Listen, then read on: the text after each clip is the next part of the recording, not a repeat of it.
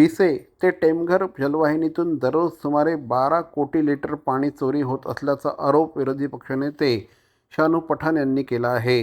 जलवाहिनीवरील व्हॉल्व्हवर अनधिकृत जोडण्या करून पाणी टँकर गोदामांना वळवले जात असल्याचं त्यांनी पाहणी दरम्यान उघड केलं.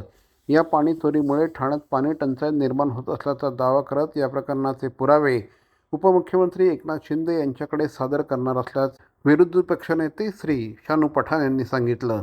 पीसे गांव से लेकर टेमघर तक 17 किलोमीटर की हमारी मेन टीएमसी की लाइन है, जिससे हमको 300 mld लगभग पानी टीएमसी बोल रही है कि 300 mld पानी हमसे हम लोग ले रहे. हर 10 मीटर पे ऐसे प्रेशर बॉल है. उन प्रेशर बॉल के नीचे लाइन है, ऊपर लाइन है, direct 6 inch, 8 inch, 10 inch, 2 inch, हर जगह पे हर 10 मीटर पे एक वॉल है. तो 17 किलोमीटर है, तो कई 100 लाइनें मिलेंगी आपको. 70 mld पाणी रोज प्रति दिवस तिथे ठाणेकरचं मूल जो आहे तो हक्काचं पाणी चोरी होतं. एकेकडे आम्ही ठाणेकरचे पैसे घेतात, त्यांना सुविधा मानणे झिरो, आणि दुसरीकडे जे मोठे मोठे गोडाऊन आहे त्यांना फ्री चोरीचं पाणी देतात. कोटी रुपयाचे बिल आहेत. महापालिकेचं नुकसान आणि ठाणेकरचं सुविधा शून्य.